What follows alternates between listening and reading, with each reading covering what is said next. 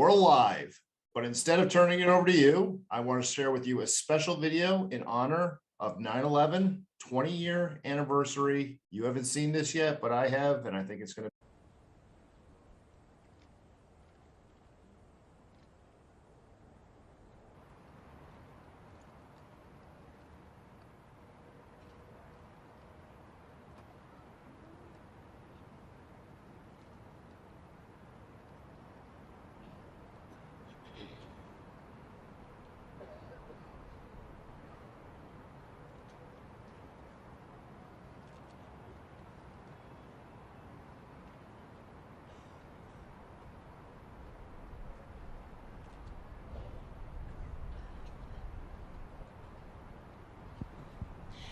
Oh, say, can you see by the dawn's early light what so proudly we hailed as the twilight's last gleaming, whose broad stripes and bright stars through the perilous fight o'er the rampart we watched was so gallantly streaming, and the rockets the bombs bursting in air gave proof through the night that our flag was still there. Oh, say does that star-spangled banner yet wave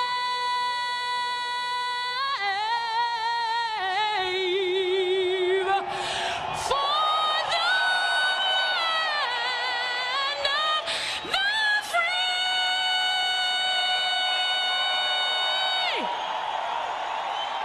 and the home of the brave.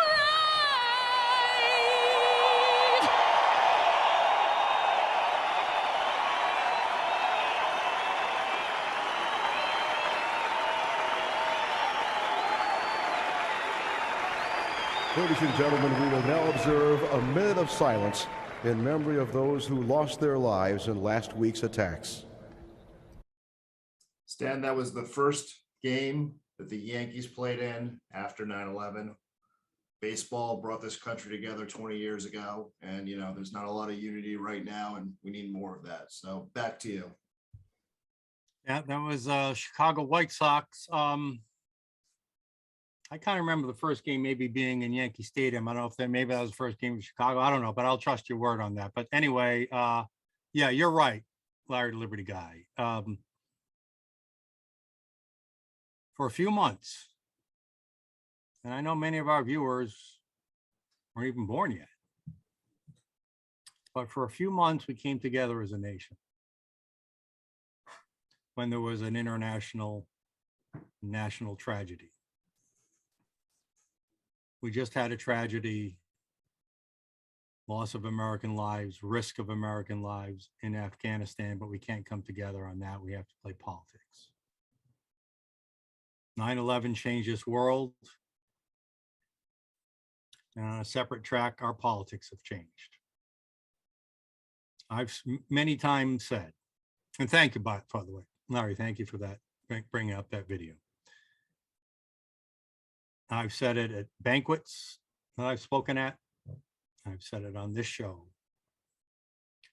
that we can withstand all the division, all the political differences we have, all the accusations, all the social media trolling, all the hate mongering. We can survive that as a nation And I even said this on a public forum, and Larry Liberty Guy, you were there, with Providence Journal at Rhode Island College, that forum they hosted.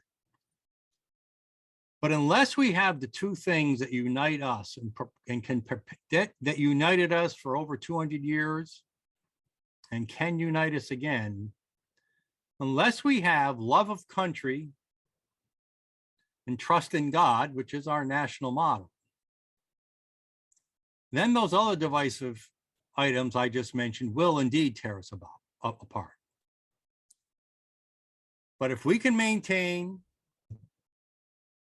love of country and trust in God, I don't think anything else matters. That's just political infighting. It's not comfortable. It's not good, but it's at least we have the glue to hold us together.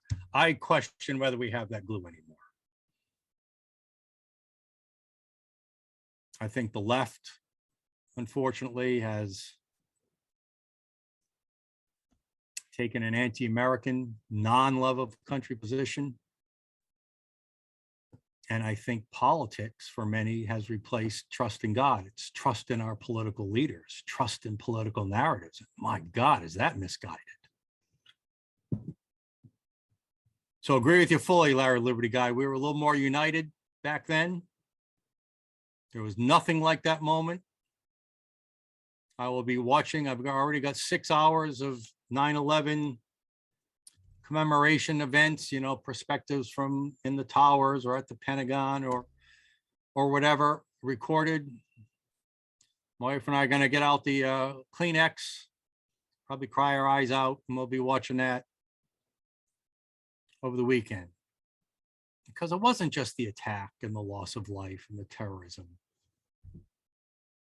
It was the values that this country stands for: freedom, bravery, defense of those liberties,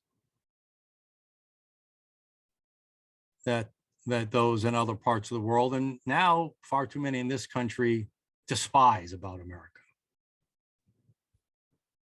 It's those values that were attacked more than the actual institutions, buildings, and people.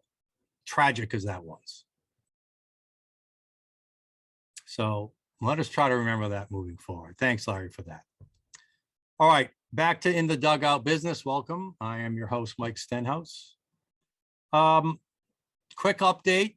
Thank you. Well, we've had one of our biggest viewerships ever on the two pieces we ran yesterday on the recall in North Kingston, and of course, the family in the Bristol Warren School District who defied McKee's mask mandate and were turned away from school. You saw the video. If you didn't see the video, you got to watch it. Go back to rifreedom.org/live. Don't forget to crunch that subscribe button while you're at it. Just give it a big crunch, that finger on your mouse right there. Watch that video. You talk about brave. There's a brave father right there who wants his freedom, right? Just like our anthem.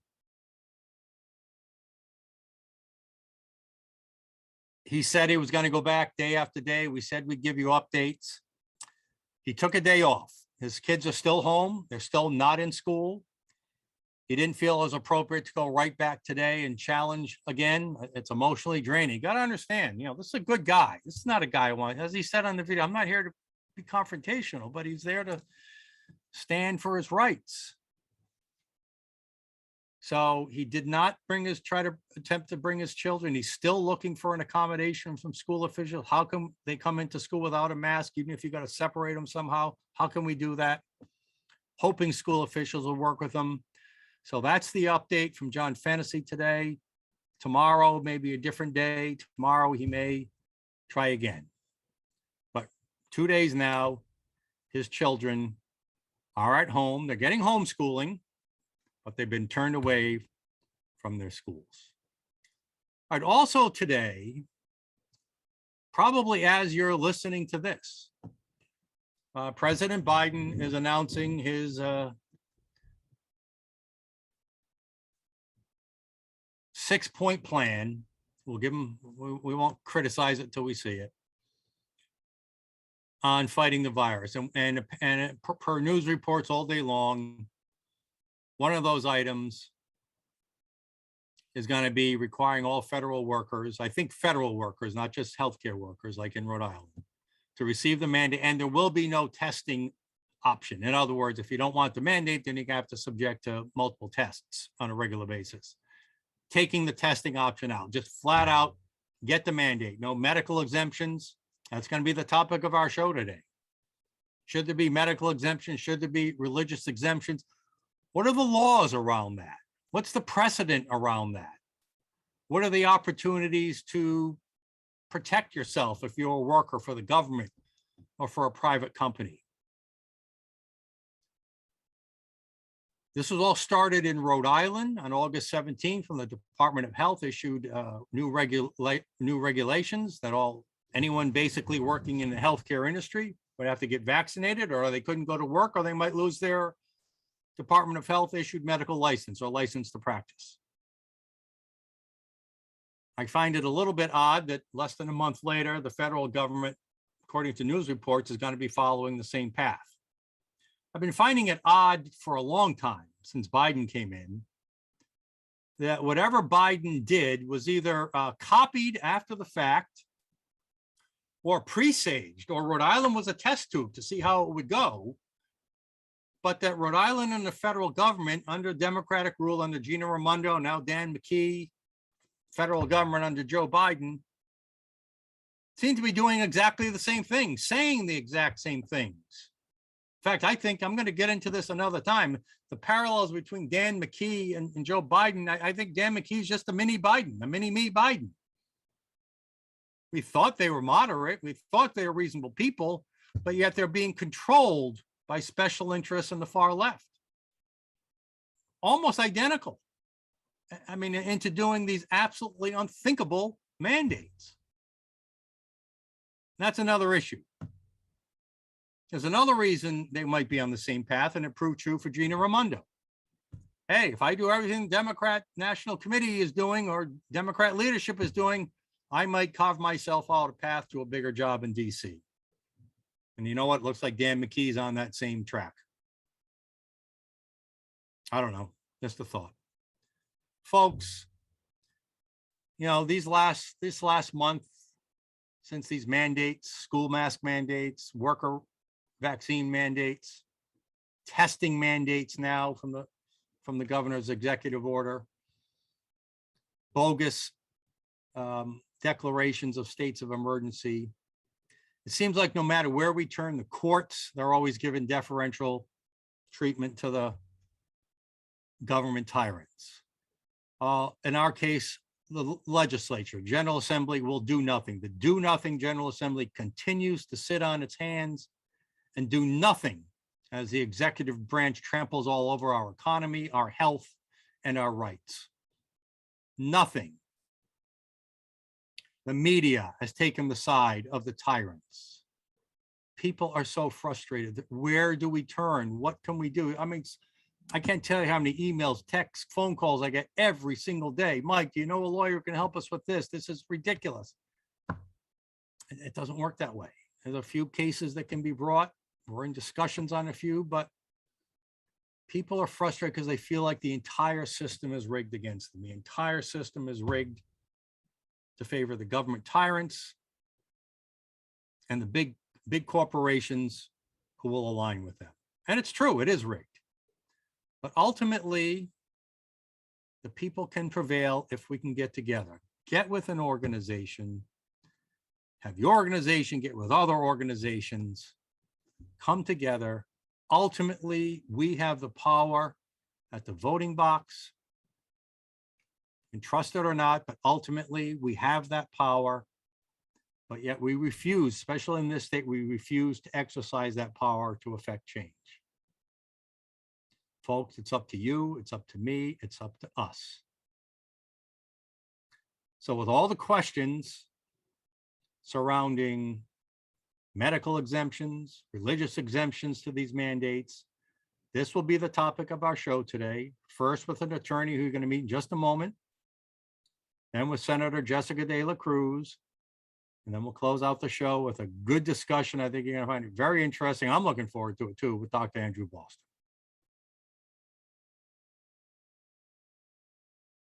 Hey, joining me now is an attorney, a private practice attorney at Whalen, Carenti and Flanders LLP. It's a Providence-based firm. He's a partner in their firm. Matt Parker, welcome to In the Dugout. Good to have you. Thanks, Mike. Happy to be here. For sake of just disclosure, you work with our board member, Bob Flanders, who the firm is named after, Whalen, Carenti and Flanders. So just so everybody knows that affiliation. And you came highly recommended as someone who's on top of, you know, what I talked about in the open, which is all these questions around the legality of mandates, whether certain exemptions, religious, medical, conscientious, objection, apply. You've been working in this space for quite a while with private employees and their employers, isn't that right? Yeah, it's been pretty all-consuming since at least August. But as soon as the vaccinations were approved, at least provisionally, it's been one of the more common questions I've had every day. Yeah, and it's sort of the question that we all knew was coming: vaccine passports, vaccine mandates, work requirement mandates or vaccines. So before we get into before the pandemic, what was what federal law or what state law applicable, you tell us, apply to generally the way in the past we've handled medical and religious and conscientious objector exemptions to medical mandates? So for the most part, Rhode Island law follows federal law on these issues, okay? And Title VII is the federal statute that requires employers to provide reasonable accommodations to employees for religious reasons. And the Americans with Disabilities Act requires employers to provide reasonable accommodations to people with disabilities. Both of those require an employer to engage in an interactive process with someone who requests one of those accommodations. And the employer is required to grant the accommodation so long as it won't impose an undue hardship on the employer. And so that applies to private employers and to governmental employers. So undue hardship. You would use the term when we spoke off air, a compelling state interest. How does that figure in? Is that the same thing as undue hardship? It's distinct in that when we're talking about a compelling state interest, it's what the government would need to show in order to justify an infringement upon a right that's protected by the Constitution. So under the US Constitution, we're free from religious discrimination, for example. And in the event that the government does something that would infringe upon that right, it's going to be subject to strict scrutiny in the courts. And the government would need to show a compelling state interest that justifies that infringement. All right, so that brings up an interesting question. But first, let me ask this. So the lay of the land would say that citizens, workers have a constitutional right to a medical or religious exemption under reasonable circumstances. But both a government and private employers, there is an exception there where they can not allow those exemptions, right? And we can define what those exceptions are later, but that's basically it. This right exists, but there are exceptions to the rule. Is that correct? Yeah. Yep, that's correct. Now, you just mentioned a court order. So can the closing or the limitations of these exemptions, like we've seen the Department of Health do, we'll get into the details in a minute, can that be done unilaterally, or does that require first some kind of court order? No, you'd attack it in court. So, you know, the government can take its action, the governor or the Department of Health. And then if a citizen wants to challenge it on religious grounds or what have you, you know, the remedy there is bringing an action in court. And then the court would apply that test and subject the whole regulation or statute to strict scrutiny to see if it's supported by that state interest.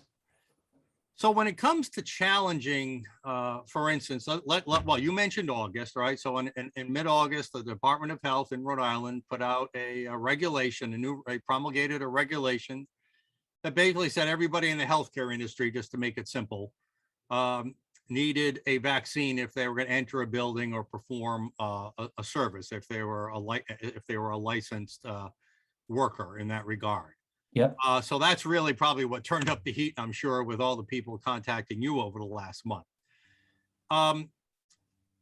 they very limited in that ruling, and let's look at that ruling right here. Let me share my screen. And part of the here's part of the rules that the Department of Health put forth right here.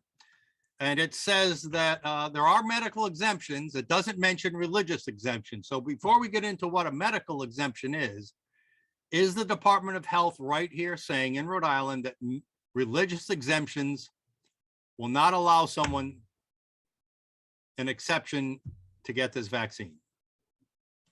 Yeah, effectively, it's in between the lines, Mike. The regulation says that the Department of Health will recognize medical exemptions, but nowhere in this regulation does the department say that it will recognize religious objections. So while it's not stated here, which would apply, I mean, by not stating it, it would imply just what you said, that they're not going to recognize religious exemptions. Yet Title VII, you just said, does accommodate reasonable exemption. So this is obviously a little potential conflict, and you're saying this would have to be resolved in a court of law somehow?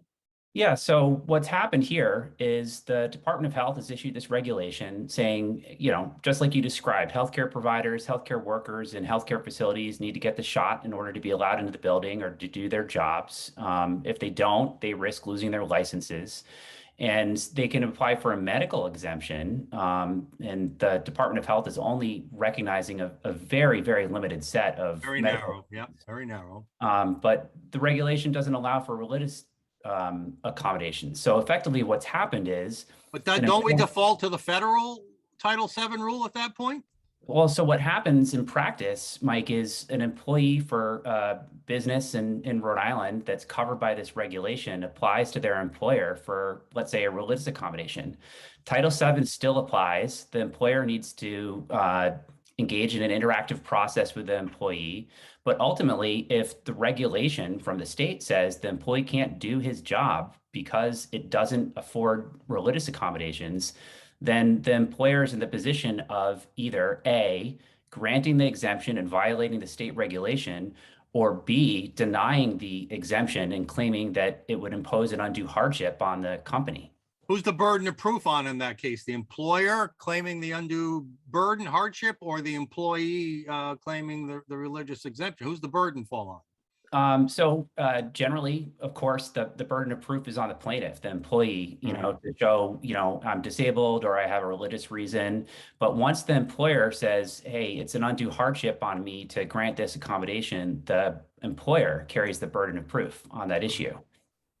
All right. So as we've seen in the courts at the state and federal level have been very deferential to governors and other elected officials, giving them a lot of leeway. We would argue giving them a green light to infringe on constitutional rights because of this, you know, compelling interest, or what was the term you used earlier? What was the official term? I think I said undue harm or something. Yeah, compelling governmental interest. Yeah, or undue harm caused. So is it your position that a challenge to something like the Department of Health vaccine mandate would likely face the same fate in court, that they would be very deferential to the government in this case?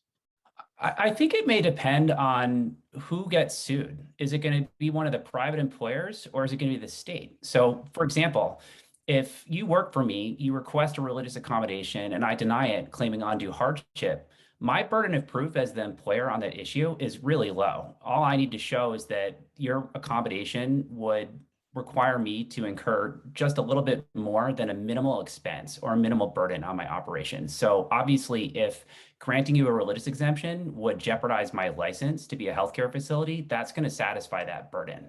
On the other hand, if somebody has standing to bring a claim against the state or the Department of Health to challenge the regulation, the government would need to show that compelling governmental interest that supports infringing on private individuals' religious rights.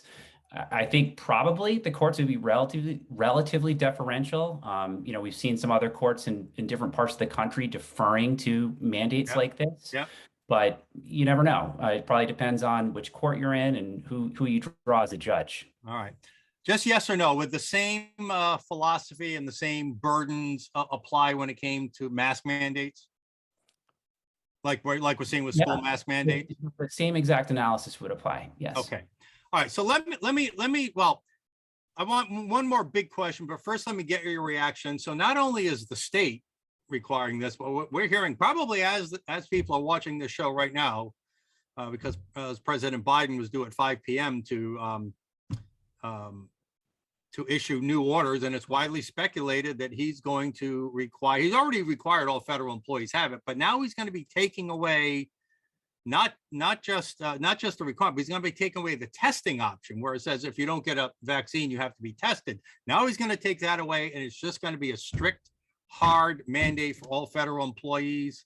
Is it just in the healthcare industry you heard, or all federal employees? And what's your thoughts quickly on that? Because I got one more big question to ask you about. Yeah, I don't know yet what the scope of his order is going to be. But for example, if he orders that anybody who does business with the government through Medicare needs to require their employees to do this, then Sure he is. Similar analysis to what we've just been talking about. Okay. All right. Let's go back to the undue burden, compelling state interest.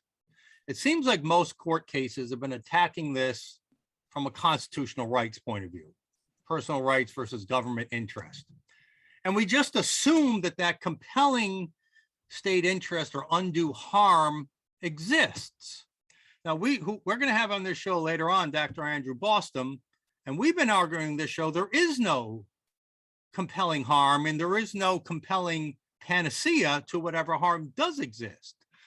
So what if these kinds of mandates were challenged, not so much on the basis of constitutional, religious, or medical rights, but on the basis, no, there is no compelling state interest here because the solution you're recommending, there is no scientific data to support it as the panacea that they're claiming. Would you think that might give some new life to these kinds of litigation cases? Well, I think that would be the tack that any plaintiff challenging this regulation would have to take. And the government is going to hold the burden of proof that it complies with that strict scrutiny test that I described. Yep. So, anything's possible. But as you alluded to earlier, I think for the most part, the cases I've seen over the past year have been pretty deferential to the government on these issues. Right, but the thing we're going to argue with Dr. Boston later is the lawyers who go and never come in with data to say, hey, here's the data that shows there is no compelling state case here. There is no compelling undue harm circumstance here. That's never been argued, he's claiming. I don't know if that's true or not. Are you aware of that? Last question, then we'll let you run, Matt. I'm not, and I've looked at it mostly from the context of, people suing private employers. Yeah. But I imagine that, if somebody comes armed with that kind of evidence, the court's gonna have to look at it. All right, Matthew Parker, Wayland Corinthian Flanders, you're a partner there as well. Thank you for joining us. We'll have you back because I'm sure there's going to be some lawsuits, all kinds of action happening on this. So if you don't mind, we'd love to get your opinion again. You really helped clear things up today. Thank you. That'd be great. Thanks a lot. Okay, Matt Parker, thank you.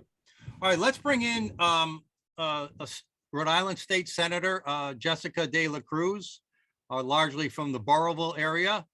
Senator, welcome back in the dugout. Thanks for having me. Okay, I know you've got a hat you want to display. Well, I only brought it because last time you were so disappointed. So I have my trusty winter hat here. Also, fall cleanup hat, working in the yard, keeps me warm. I love it. My cowboy hat. Love it. Thank you for playing ball in the dugout. All right, so you've been a leading. You have well, I'll show it here in a minute, but you have a petition out right now, which we're going to talk about, and I'll show everybody in just a minute as you're talking. But you've been opposed to these universal health care vaccine mandates. Just tell us, as a state senator, your objections to that and what you're trying to do about it. Yeah, my objection is not because I don't think COVID isn't dangerous or that it isn't real. It's real. It has killed people. I know people who've had COVID, people who have died because of COVID. So that's not in question at all. My issue is that it is infringing upon the religious exemptions and that of medical exemptions. That's where I take issue. I put out, I didn't think it was going to get this much attention, but I put out a petition update just about what was happening. And I mentioned Roger Williams and our founding as a colony that Yeah, Rhode Island was founded on religious freedom. religious right? freedoms Our and whole country. Yeah. yeah. And because of him, we have that language in the First Amendment about freedom of religion. Not as strong as he'd like, but still adopted into the Constitution, so the Bill of Rights. So we just heard from Attorney Parker that challenging these mandates, and I guess what we could say is that the state, or the Department of Health anyway, which is the executive branch, is trying to suspend religious exemptions, limit medical exemptions, as we'll talk about later with Dr. Boston. But that challenging that from a legal perspective faces a real uphill battle, given precedent in the courts and given that there are exceptions enumerated when there's a compelling state interest or undue burden placed on an employer or government agency. Is your effort, now there's many ways to solve this. In the courts, okay, that's not likely according to Parker, but there's a new angle we might try. From a policy perspective or from a political, you could shame people, right? You could cause political damage for people to undo it. Which angle are you attacking this from, if not the legal angle? Well, I hate to see it get to the legal angle, because I've been in a situation where all I had was a legal option for it. It was a different situation. We could talk about that another time, but you feel helpless. And these individuals that have reached out to me feel helpless because a lot of them don't have the means to sue their employer, right? So the option is talk to your union. If you're in your union, you pay dues to be represented, have them represent you. If they don't want to represent you, that's another conversation. I think that, what was your question again? Whether your petition and everything else you're talking about is legal, political, or kind of policy. I would say I would take it from all angles, but as a legislator, I would say I've called on the governor, I've called on the legislature to reconvene and end the what I call executive overreach. We ended the executive powers with the budget vote, and the governor decided to declare a new state of emergency, which I don't believe it is a new state of emergency. It's still the COVID virus. Right, and we had a long discussion with Representative Lima, a Democrat, and Representative Newberry, a Republican, on that. And in that regard, as you know, earlier this week, it was publicized that over 30 House representatives, most of whom were Democrat, probably 3/4 or so, sent a letter to the governor saying you got to revisit this healthcare worker vaccine mandate. Is there any, first of all, is there anything like that? Any discussion going on in the Rhode Island Senate? I believe we have a more progressive chamber in the Senate, and from the conversations that I've had, I haven't found too many individuals that are willing to do something like that. I know the Republican caucus has already come out and said, you know, that this is a gross overreach, and we want the legislature to reconvene. So I'm glad to see that the House was able to gather so many signatures. And, you know, it comes down to this. I've had people reach out to me that are apolitical. They just don't get involved. But now their livelihoods are in jeopardy. Their health, they feel, is in jeopardy. Their religious freedoms are being challenged. So, you know, I would ask the governor to be, according to the data, you know, Dr. Boston has put out a lot of data, but according to the data, why don't we allow for the regular testing of individuals that have religious and medical exemptions and using the proper PPE when caring for patients? Well, that seems like it would be a reasonable accommodation, right? I mean, we heard from the father yesterday. I don't know if you saw the video, who took his daughter to school and they were turned away. And he said, all I'm looking for is accommodation. You know, we can have it both ways. They can go to school without masks and we can keep them at a safe distance. Please work something out with us. But they refused. And it looks like the Department of Health and Governor McKee are refusing, at least for now, in this case. So do you agree with the spirit of that General Assembly letter that was sent? I do agree, but I come from the stance of we we need to allow for religious exemptions and medical exemptions. It's heart wrenching. I was talking to someone on Sunday. They're a NICU nurse, 20 years. She's going to lose her job. She has a medical exemption. The hospital will not recognize it. And the thing is, why do we even have elections if we refuse to do our jobs as legislators? Let's get back to work. Yes, well, we've been very critical of General Assembly. We know it's not you and most other Republicans for sitting on their hands for the last 18 months while the executive branch has just run roughshod over everything, our rights and our economy and you guys for that matter, just completely superseding, not supersede, you have the right to, but leadership in the House and Senate won't move.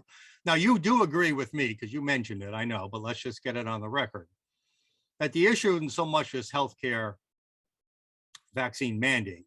The issue is the second declared state of emergency after the General Assembly took those powers away from the governor. He then did an end run around the General Assembly, declaring a new state of emergency based on the new Delta variant, as if it was somehow different and distinct from the original COVID crisis. This is all a flow of the same thing, was what you would argue. So, I mean, we've been calling that for the General Assembly to reconvene and to strip again the governor's executive powers, which you have the right to do by statute, by law, to do that. Do you think there's any chance in hell that could happen?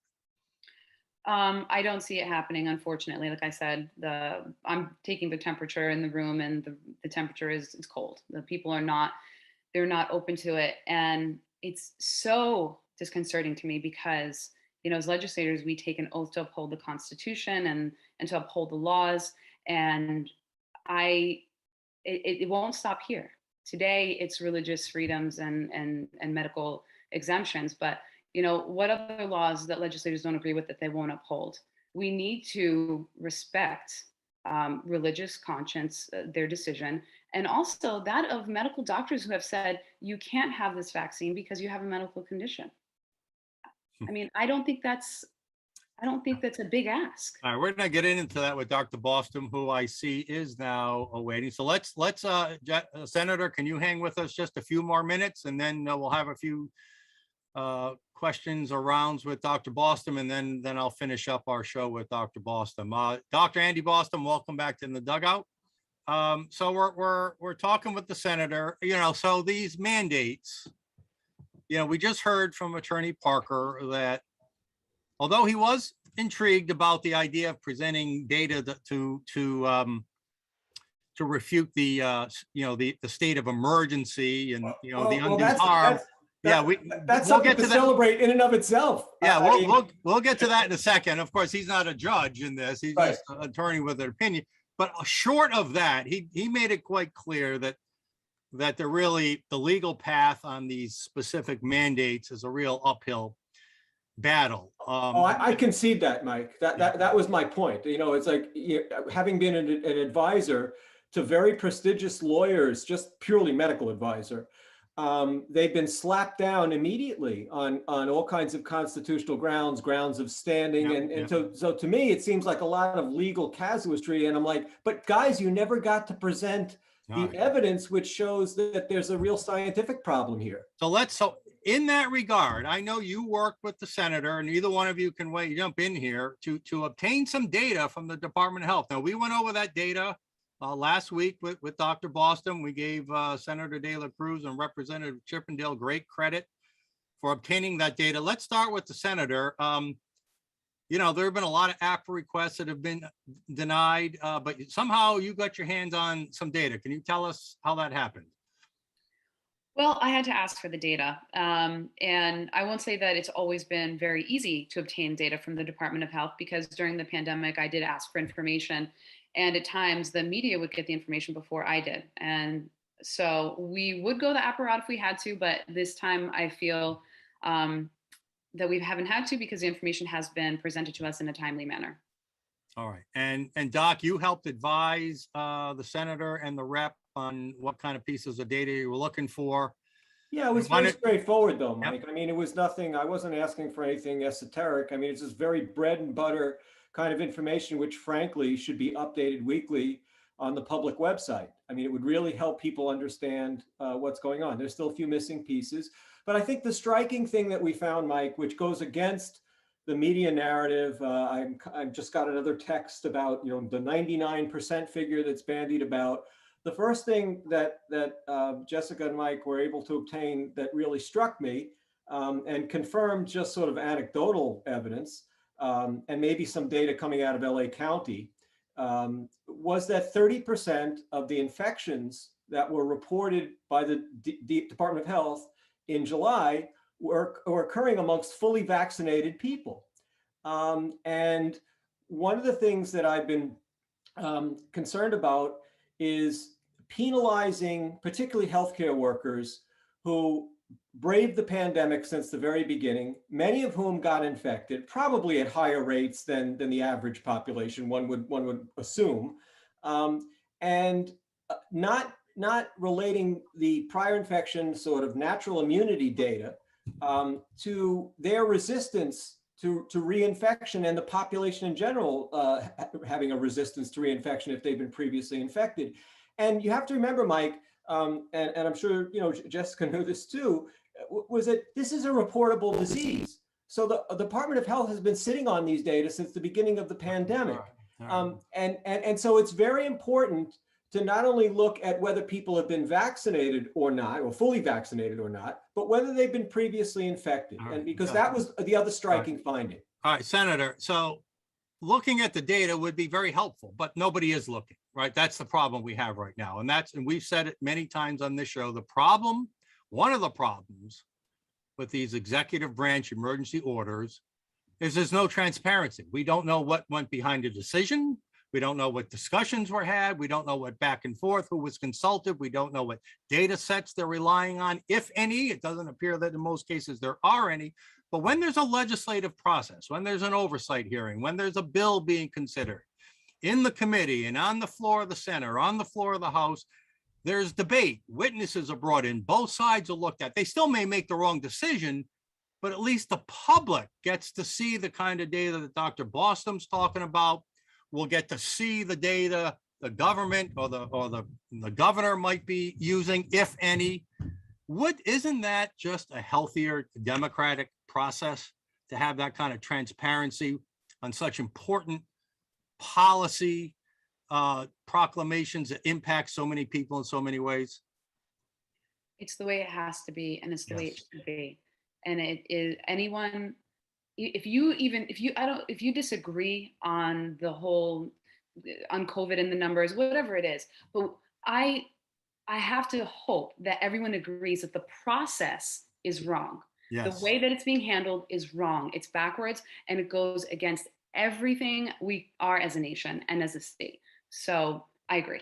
I mean, you know, and again, we'll thank you for joining us, and I'll continue our conversation with Dr. Boss, but I'll just leave you with this thought. I don't know what you can do, what anyone can do, but if we can just have some kind of public hearing, oversight committee, legislation, who knows if anyone's coming back this fall, as originally rumored, and just publicly hash this stuff out somehow. I think we as a state would be much better off, and people might even better trust some of the decisions the government makes if the process is more transparent. Senator DeLaCruz, thank you for joining us in the Dugout. Thanks for having me. Bye, Jessica. So, Andy, I think your premise here is one to pursue. I don't know how. In the courts, it's easier. So let me summarize and then you expound. Sure. If in these court proceedings, if in legislative, if there ever have any debates, we can present all sides to the argument, including data you've been presenting on this show, and we've been putting forth for over a year now, we might see different actions because it might show that either the emergency isn't quite what or anywhere near what the government wants us to think it is, and B, the proposed solutions aren't quite as safe or far-reaching as they'd like us to believe. I mean, that's what the research would show. So I think it would enhance both the legal and policy debates, don't you? Yeah, absolutely. Because for example, you gave the you alluded to what was going on in the courts, and like as I mentioned when Jessica was still on, I've been advising some high profile cases, and they get thrown out on grounds that to me are just sort of legal casuistries, about constitutional Legal law. what? Just strange, esoteric. What was the word though? It's called casuistry. I mean, it's like, Wait, are you serious? I'm serious, and it really applies here. But you know how to illustrate it in real life. Do you remember? There's a famous scene from Oliver Twist where the character, the beetle, just says, if that's what the law says, then the law is an ass. And that's what I'm talking about. So the lawyers and the judges go back and forth over minutia, over things that what's absent from all these cases, for example, college vaccine mandates.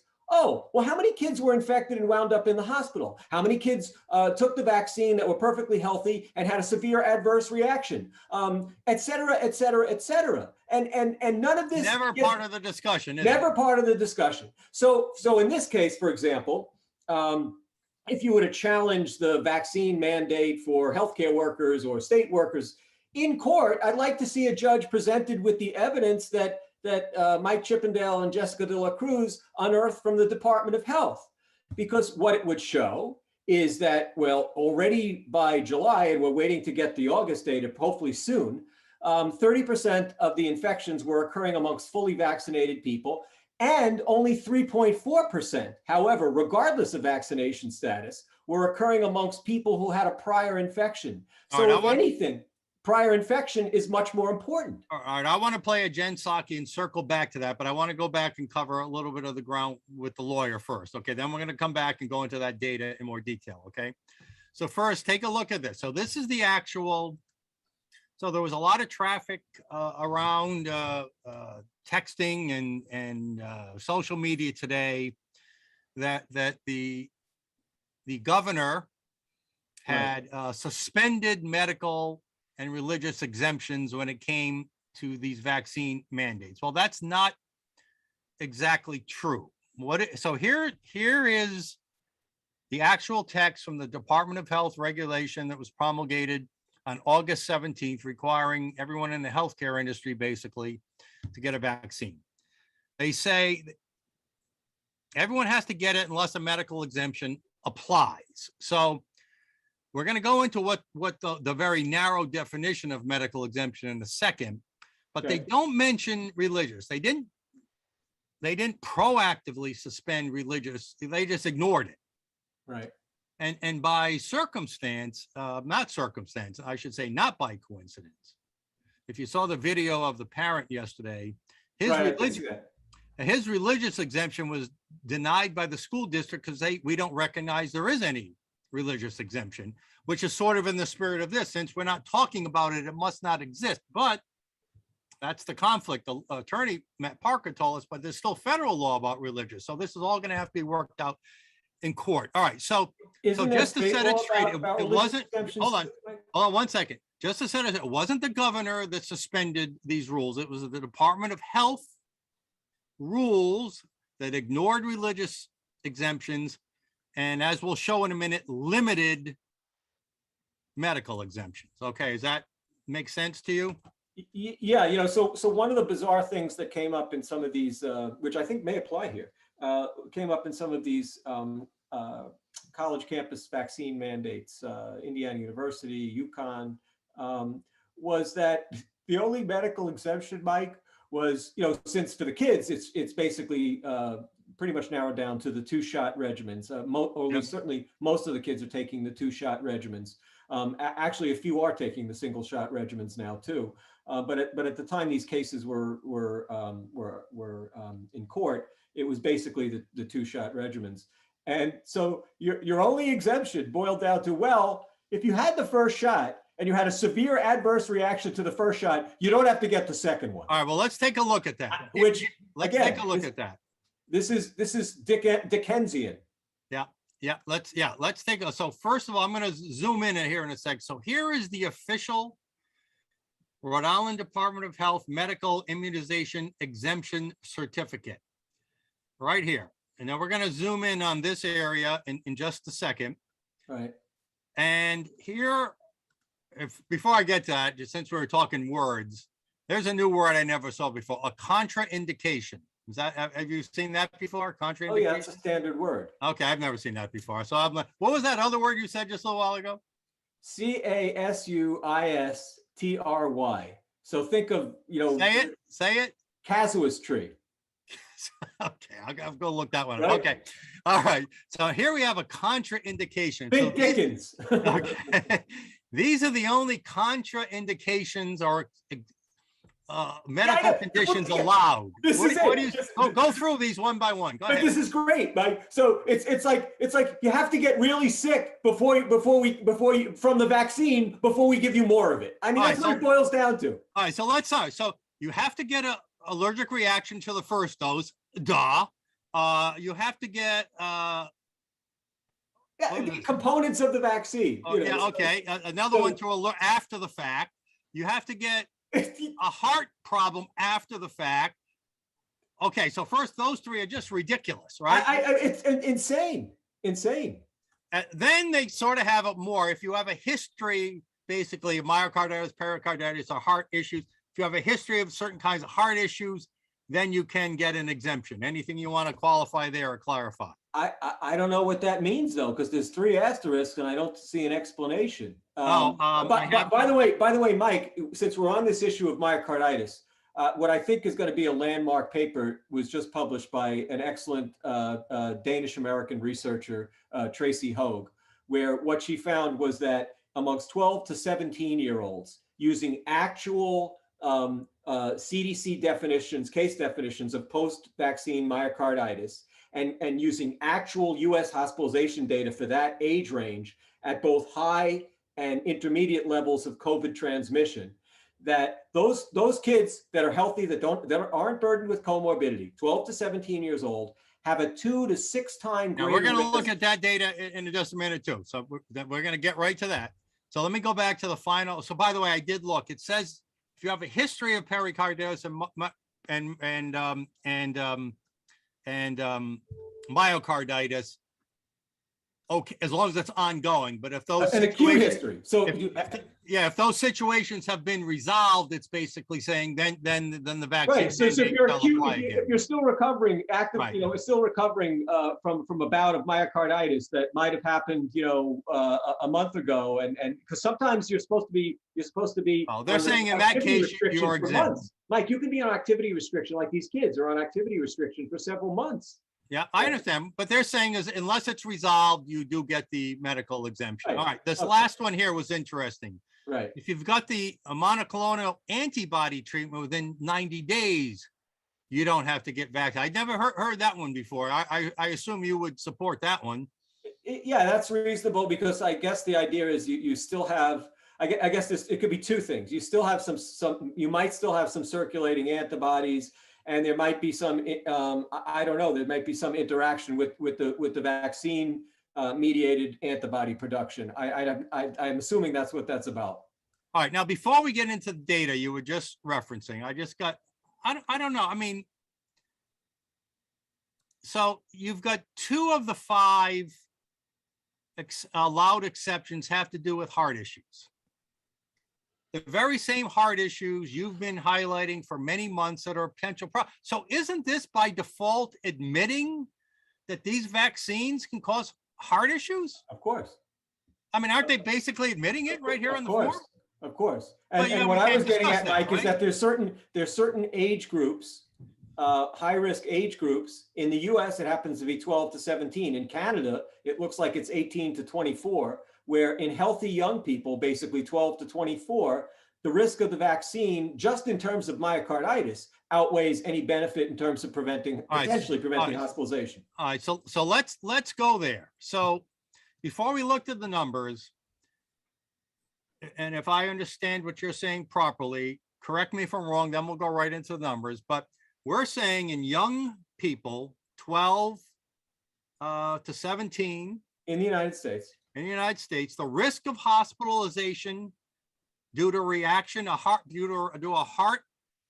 adverse reaction from the vaccine is higher than the risk of hospitalization due to COVID in healthy young people. That's right. 2 to 6 times greater, depending on what the background rate of COVID is. So let's look at this data and take us That's through. it. This chart is very confusing to me, so go very slowly. Okay. And walk people. I don't understand these vertical lines in red and all that, but tell us what we're looking at here. Okay. Well, basically, the red lines going horizontally, and then look up. They're defined above the red line. Yep. So the higher red line, it says vaccine associated risk, boys ages 12 to 15, and that healthy boys 12 to 15. It's 162.2 per million. Then you go down below that and it says vaccine associated risk, boys ages 16 to 17, and that's 94 per million. So those lines go across horizontally. What you see is below them, there are certain peaks, obviously, that are rising above them. What you see below them, the first one on the left says no comorbidities, and that's comparing it to hospitalizations in that age range.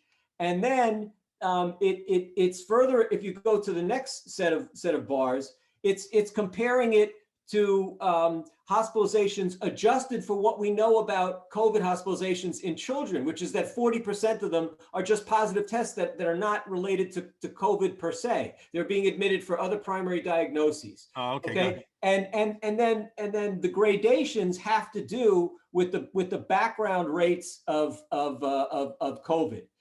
So when you start to look at greater than or equal to 1 comorbidity, then you see the risk benefit ratio can change. There might be, at least in terms of just myocarditis, there might be a benefit in very high risk kids, but perhaps to giving a vaccine. But again, Mike, once you adjust that down, even in this higher risk group for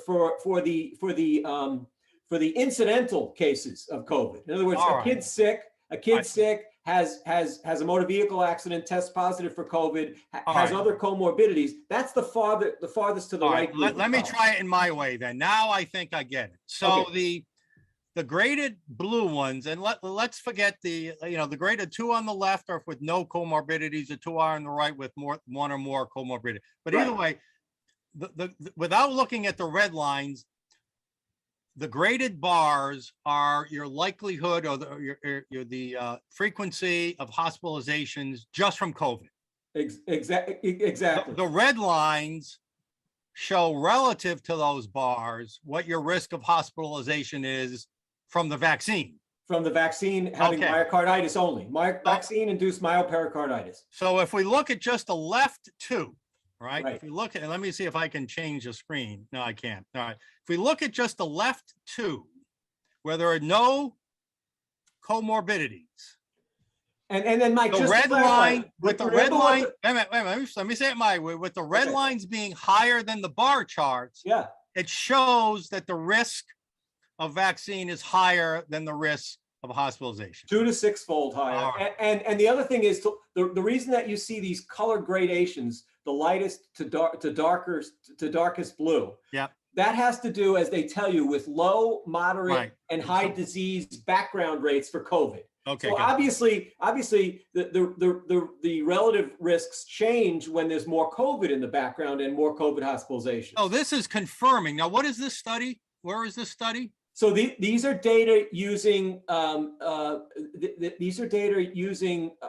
CDC and Health and Human Services data. Defining. We consider it peer reviewed. It's in peer review. It's in peer review. The preprint was put out in advance.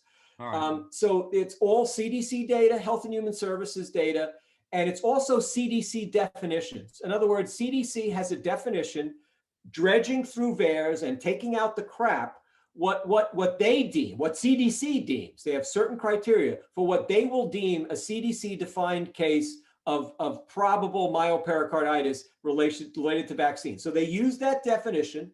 They pulled out the cases. They looked at these age ranges, and then also using government data, they looked at the hospitalization rates using HHS data in the pediatric age range, and that was their comparison. So this is Mike. This is an example of purely using U.S. government data to analyze, disprove their own actions.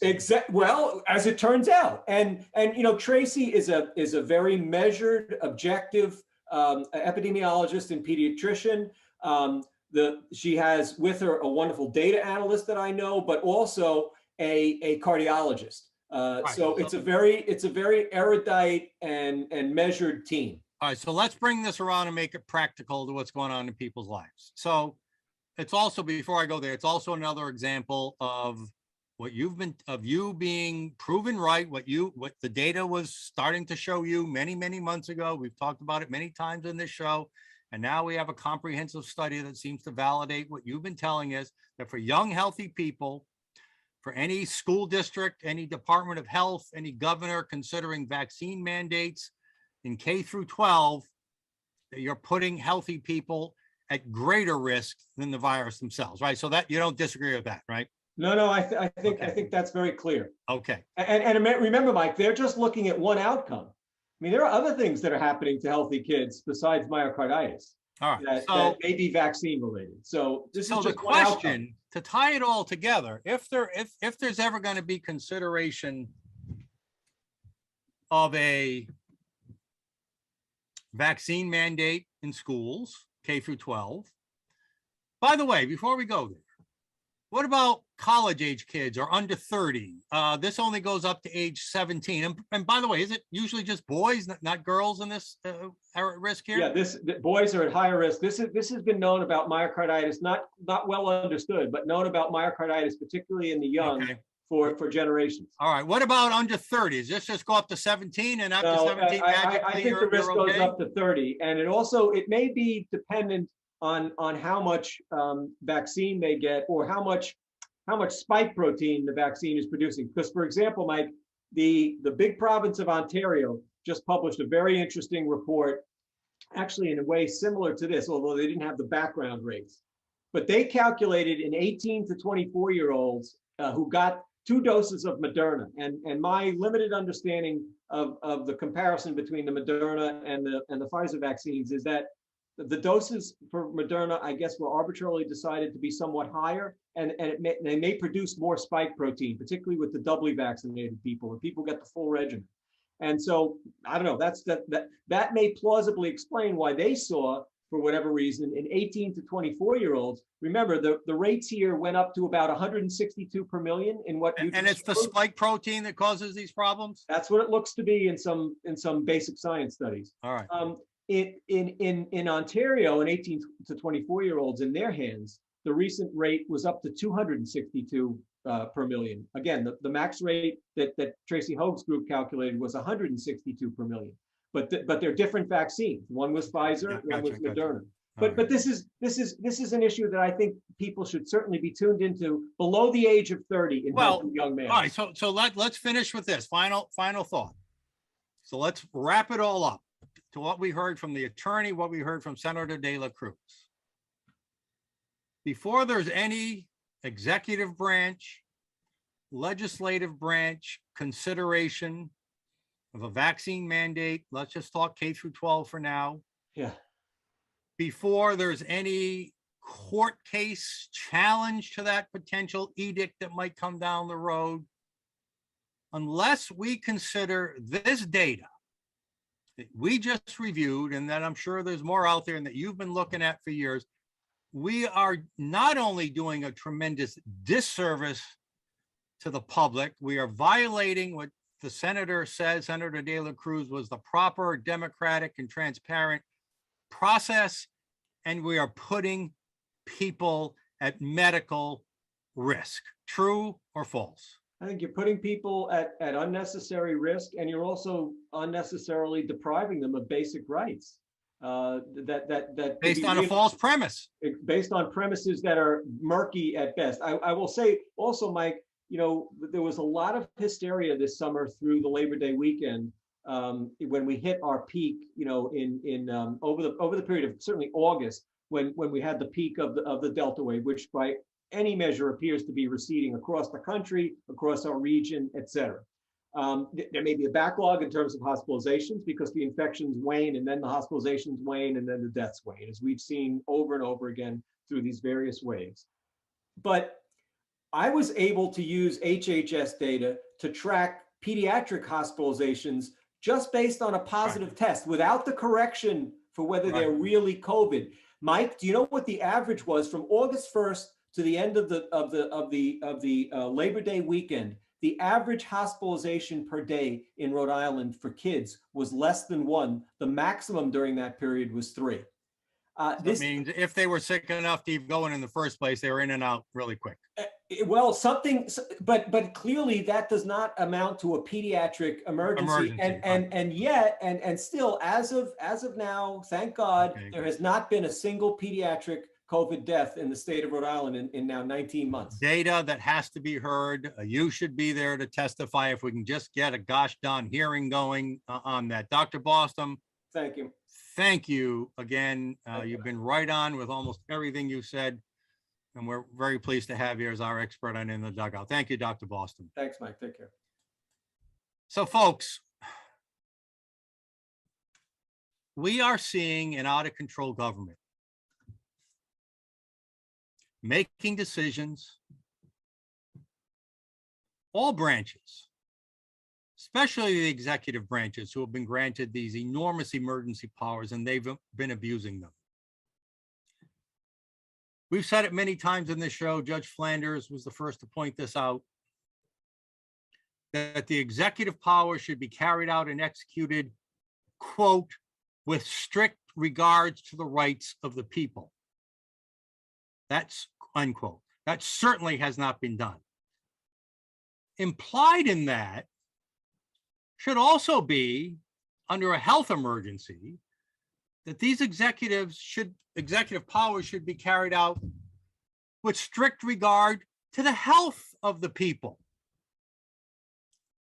But that's being ignored too. We just showed today, Dr. Boston has been theorizing it, pointing to evidence, and now we have, once this is peer reviewed, which we expect it will be soon, this new study, this new data we looked at is showing that the mandates, vaccine mandates, could put people at further health risk than doing nothing. Think about that. Why? Not because they're evil people, but because they're ignorant people. Because they've got their heads in the sand, they're beholden to a narrative, they're beholden to politics, they're beholden to big money from the pharmaceutical companies or whoever else has given it to them, the teachers' unions. They're not acting with strict regard to the rights of the people or the health of the people. They're acting with strict regard to special interest agendas and to the almighty dollar. And we can't even have a legislative or judicial debate about this. We can't even get the kind of perspective that Dr. Boston would bring into the debate. Our center was founded on the premise we want to add new perspectives to the debate. I mean, never before did we feel that debate itself would be just completely canceled in this cancel culture of today. But it is. It's outrageous. Every one of these officials who are acting without proper, transparent, public, democratic debate should be impeached and out of office. We're putting people's lives at risk right now, their health anyway.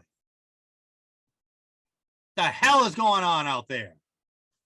So Vince Lombardi said, my great Packers coach. What the hell is going on out there?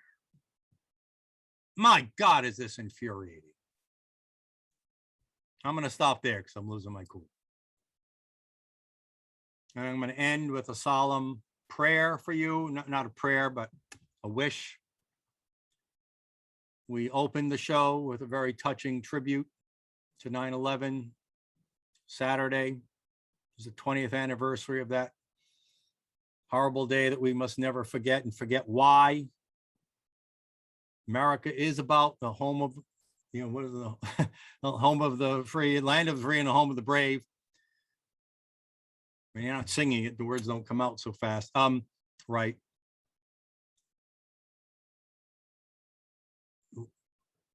We died. People died on 9/11. People die overseas in wars because we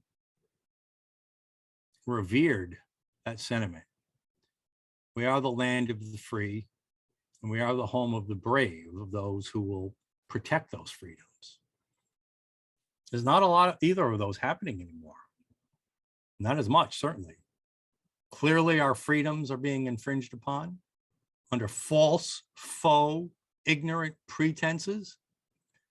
And there are fewer people willing to be brave and stand up and fight out of fear of the governmental and big tech cancel culture. It's not a good place for us to be. But remember that those are the principles why we were attacked, the freedom, the bravery of our country, why we were attacked on 9/11. Why we were looked upon, that shining city on the hill, as Reagan said, but yet looked upon as Satan by the jihadists and those who oppose freedom. We've got to return. We've got to be that again. We've got to become that symbol again. It might start with you. Do what you can to join a parents group, to support our group, to support some other group that advances freedom. It's getting scary out there, folks. Best wishes for a 9/11 Memorial weekend, and we'll see you next week. And in the dugout, Mike Stenhouse out.